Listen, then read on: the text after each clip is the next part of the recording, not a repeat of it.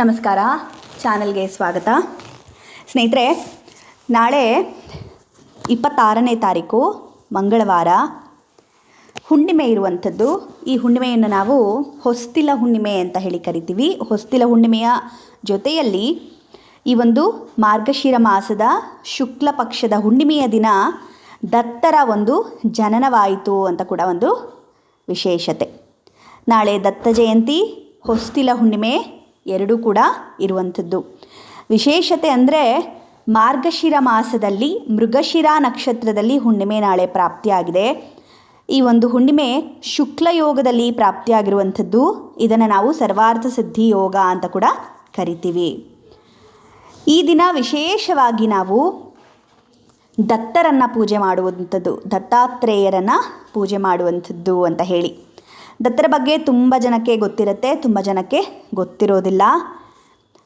ಆ ಒಂದು ಪ್ರಶ್ನೆಗೂ ಕೂಡ ಈ ವಿಡಿಯೋದಲ್ಲಿ ನಿಮಗೆ ಒಂದು ಕಥೆಯನ್ನು ಕೂಡ ಹೇಳ್ತೀನಿ. ವಿಶೇಷವಾದಂಥ ಒಂದು ಸ್ತೋತ್ರವನ್ನು ಕೂಡ ನಿಮಗೆ ಹೇಳ್ಕೊಡ್ತೀನಿ. ನಾಳೆ ತಪ್ಪದೆ ಪ್ರತಿಯೊಬ್ಬರೂ ಕೂಡ ಈ ಸ್ತೋತ್ರ ಪಾರಾಯಣವನ್ನು ಮಾಡೋದ್ರಿಂದ ಗುರುಗಳ ಅನುಗ್ರಹ ನಮಗೆ ಪ್ರಾಪ್ತವಾಗುತ್ತೆ ಅನ್ನುವಂಥದ್ದು. ಯಾಕಂದರೆ ಪ್ರತಿ ಮನುಷ್ಯನಿಗೂ ಕೂಡ ಗುರುಗ್ರಹದ ಅನುಗ್ರಹ ಜೊತೆಗೆ ಗುರುಗಳ ಅನುಗ್ರಹ ವಿಶೇಷವಾಗಿ ಬೇಕಾಗಿರುತ್ತೆ. ನಾವು ನಮ್ಮ ಜೀವನದಲ್ಲಿ ಒಂದು ಸಕ್ಸಸ್ಸನ್ನು ಕಾಣಬೇಕು ಅಂತ ಅಂದರೆ ಈ ಒಂದು ಮಾರ್ಗಶೀರ್ಷ ಅಥವಾ ಮಾರ್ಗಶಿರ ಮಾಸದ ಶುಕ್ಲ ಪಕ್ಷದ ಹುಣ್ಣಿಮೆಯಂದು ದತ್ತಾತ್ರೇಯರ ಜನನ, ದತ್ತಾತ್ರೇಯ ಜಯಂತಿ ಅಂತ ಹೇಳಿ ನಾವು ಈ ದಿನವನ್ನು ಆಚರಣೆಯನ್ನು ಮಾಡ್ತೀವಿ. ಬನ್ನಿ ಹಾಗಿದ್ರೆ ದತ್ತಾತ್ರೇಯರ ಬಗ್ಗೆ ಸ್ವಲ್ಪ ವಿಚಾರವನ್ನು ತಿಳ್ಕೊಳ್ಳೋಣ. ಪುರಾಣಗಳ ಪ್ರಕಾರ ದತ್ತಾತ್ರೇಯರು ಅತ್ರಿ ಮತ್ತು ಅನಸೂಯ ಋಷಿಗಳ ಮಗ. ಈ ಋಷಿ ದಂಪತಿ ದತ್ತಾತ್ರೇಯನನ್ನು ಮಗನಾಗಿ ಪಡೆದುದರ ಬಗ್ಗೆ ಕೂಡ ಒಂದು ವಿಶೇಷವಾದಂಥ ಕಥೆ ಇದೆ. ಅದೇನೆಂದರೆ, ಅತ್ರಿ ಮಹರ್ಷಿಗಳ ಪತ್ನಿ ಅನಸೂಯ ಬಹಳ ಧರ್ಮನಿಷ್ಠೆ ಹೊಂದಿದ್ದವರಾಗಿರ್ತಾರೆ, ಸದ್ಗುಣ ಸಂಪನ್ನೆಯಾಗಿರ್ತಾರೆ. ಆಕೆಗೆ ಒಂದು ಆಸೆ ಇರುತ್ತೆ. ಬ್ರಹ್ಮ, ವಿಷ್ಣು ಮತ್ತು ಮಹೇಶ್ವರ ತ್ರಿಮೂರ್ತಿಗಳಿಗೆ ಸಮಾನವಾದಂಥ ಒಬ್ಬ ಪುತ್ರ ಬೇಕು ಅನ್ನುವಂಥದ್ದು ಈಕೆಯ ಆಸೆಯಾಗಿರುತ್ತೆ. ಇದಕ್ಕೆ ಆಕೆ ಬಹಳ ಕಠಿಣ ತಪಸ್ಸನ್ನು ಮಾಡ್ತಾಳೆ. ಪತಿ ಧರ್ಮವೇ ಪರಮಧರ್ಮ ಅಂತ ಹೇಳಿ ನಂಬಿಕೊಂಡು ದಾಂಪತ್ಯ ಜೀವನವನ್ನು ಕೂಡ ನಡೆಸ್ತಾ ಇರ್ತಾಳೆ ಅನ್ನುವಂಥದ್ದು. ಅನಸೂಯ ಅವರ ಪತಿನಿಷ್ಠೆ, ಧರ್ಮನಿಷ್ಠೆಗೆ ಸರಸ್ವತಿ, ಲಕ್ಷ್ಮಿ ಮತ್ತು ಪಾರ್ವತೀ ದೇವಿಯರು ಕೂಡ ನಿಬ್ಬೆರಗಾಗಿರ್ತಾರಂತೆ.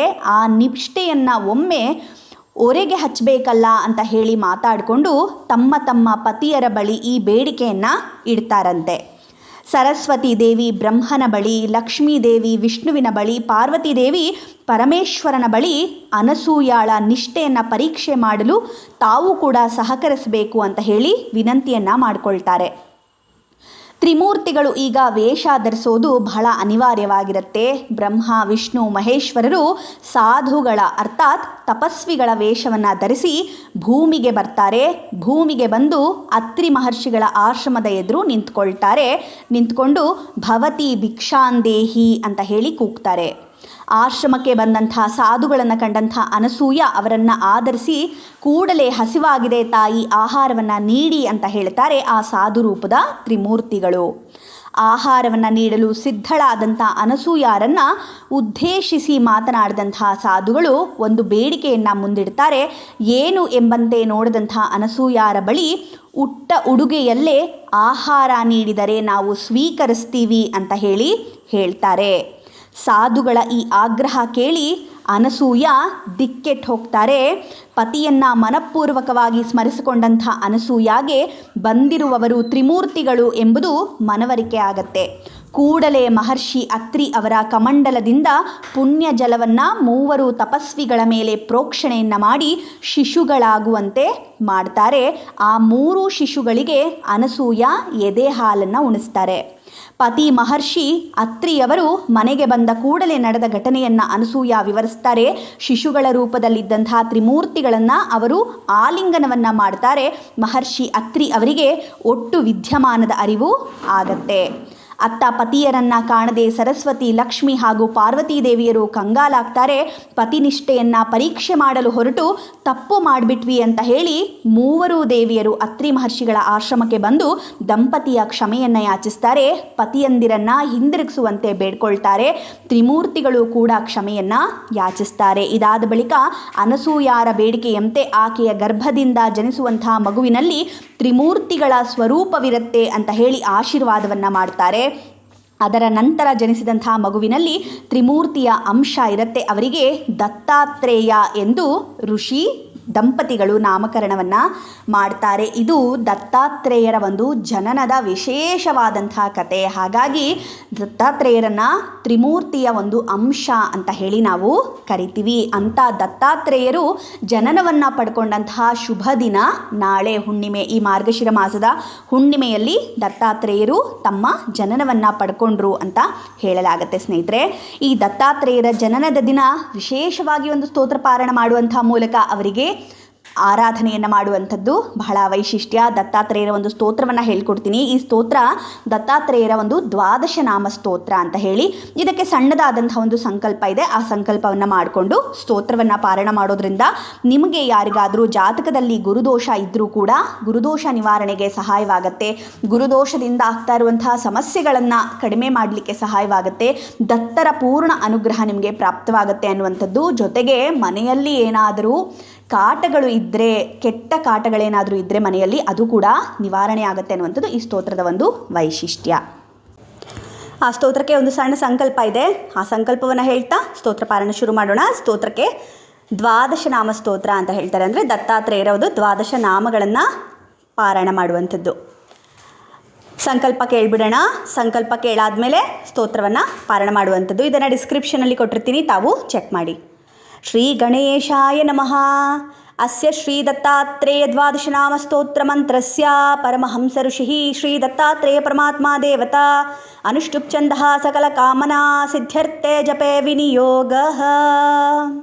ಪ್ರಥಮಸ್ತು ಮಹಾಯೋಗಿ, ದ್ವಿತೀಯಃ ಪ್ರಭುರೀಶ್ವರಃ, ತೃತೀಯಶ್ಚ ತ್ರಿಮೂರ್ತಿಶ್ಚ, ಚತುರ್ಥೋ ಜ್ಞಾನಸಾಗರಃ, ಪಂಚಮೋ ಜ್ಞಾನವಿಜ್ಞಾನಂ, ಷಷ್ಠ ಸ್ಯಾತ್ ಸರ್ವಮಂಗಲಂ, ಸಪ್ತಮೋ ಪುಂಡರೀಕಾಕ್ಷೋ, ಅಷ್ಟಮೋ ದೇವವಲ್ಲಭಃ, ನವಮೋ ನಂದದೇವೇಶೋ, ದಶಮೋ ನಂದದಾಯಕಃ, ಏಕಾದಶೋ ಮಹಾರುದ್ರಃ, ದ್ವಾದಶೋ ಕರುಣಾಕರಃ.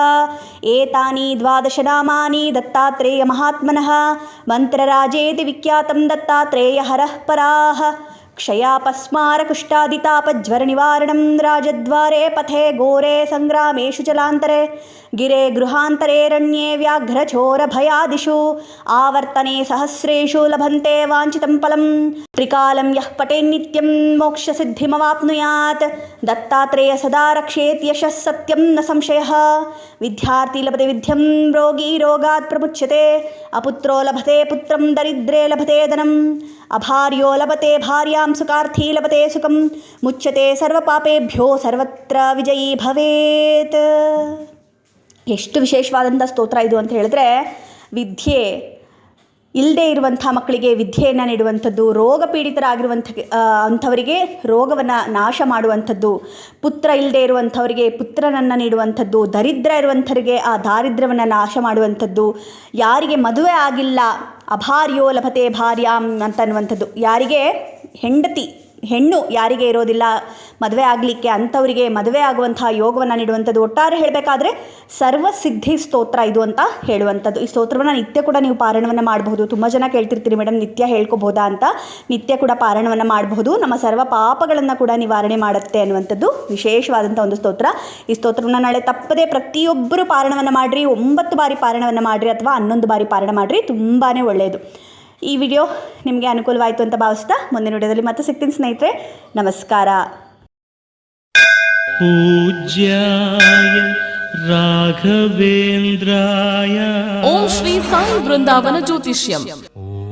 ಮಂತ್ರಾಲಯದಲ್ಲಿ ತಮ್ಮ ತಪೋಶಕ್ತಿಯಿಂದ ವಾಕ್ಯ ಸಿದ್ಧಿ ಮಂತ್ರಸಿದ್ಧಿ ಪಡೆದಿರುವ ಪಂಡಿತ್ ಶ್ರೀ ಶಂಕರ್ ರಾವ್ ತಾಂತ್ರಿಕ ಜ್ಯೋತಿಷ್ಯರು. ಶ್ರೀ ಸಾಯಿಬಾಬಾ ಹಾಗೂ ರಾಘವೇಂದ್ರ ಸ್ವಾಮಿಯ ಆರಾಧಕರು. ನಿಮ್ಮ ಸಮಸ್ಯೆಗಳ ಪರಿಹಾರಕ್ಕೆ ಇಲ್ಲಿದೆ ದಿವ್ಯ ಮಾರ್ಗ.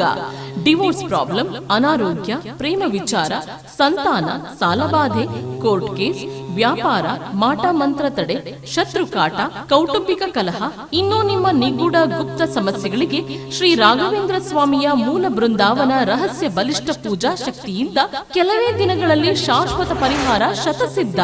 ವಿಶೇಷ ಸೂಚನೆ: ಅಲ್ಲಿ ಇಲ್ಲಿ ಕೇಳಿ ಎಲ್ಲೂ ಪರಿಹಾರವಾಗದ ನಿಮ್ಮ ಸರ್ವ ಸಮಸ್ಯೆಗಳಿಗೆ ಇಲ್ಲಿದೆ ದಿವ್ಯ ಮಾರ್ಗ.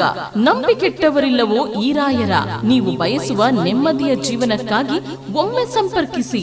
ಮನೆ ವಿಳಾಸ: ಓಂ ಶ್ರೀ ಸಾಯಿ ಬೃಂದಾವನ ಜ್ಯೋತಿಷ್ಯಂ, ಪಂಡಿತ್ ಶ್ರೀ ಶಂಕರ್ ರಾವ್, ತಾಂತ್ರಿಕ ಜ್ಯೋತಿಷ್ಯರು. ನಂಬರ್ 575, 8ನೇ ಮುಖ್ಯ ರಸ್ತೆ, ಶ್ರೀ ಗಣಪತಿ ದೇವಸ್ಥಾನದ ಪಕ್ಕ, water tank, Vijayanagara, Bengaluru. Mobile ಸಂಖ್ಯೆ 9844164416.